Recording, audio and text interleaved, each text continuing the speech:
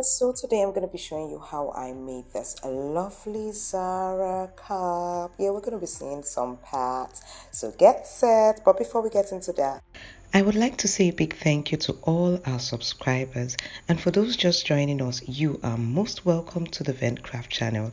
We hope to say thank you in our next video because we are sure you would click that subscribe button. And everyone, please do ensure you like, comment and share this video. Okay, now previous video I've already shown you how to make your Zara cap base, but there is a little twist to this. I didn't sew it all the way around like we normally do with our sewing machine, as in the top and this part, okay? What I did was that I just did the sewing, the pleat, how would we call it, the running stitches to form those pleats. Can you remember? We do this normally after you have sewn it with the sewing machine, but in this time I didn't do that. So you see, you can get that done without even sewing all the way around like we usually do. And there's another twist on this.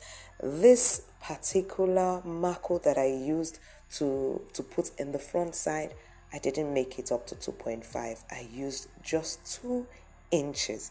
So those are the difference in it. If you haven't watched the video on how I make a Zara cap, please do check in the description of this video or wait to the end of the video and you will get a link to click immediately.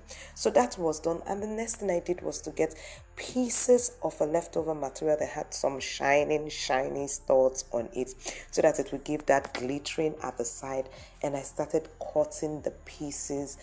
In fact, my plan was to use all the pieces from this material that I could get to be able to use a rose.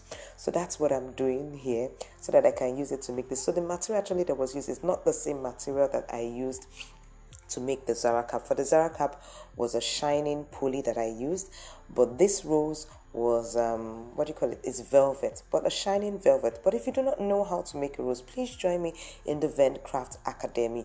You will and ask for brooch class 1, so you will get to know how to make a rose. So you don't need to buy a rose. I made the rose that I put, and it gave me this fantastic design.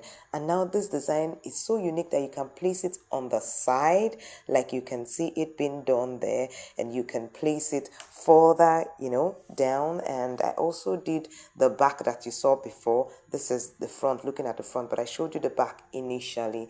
And if you did enjoy this video, please do give me a thumbs up. If you haven't subscribed, you don't want to miss another video and not be able to follow up like this video, and check this video out on how to make a Zara cap from scratch.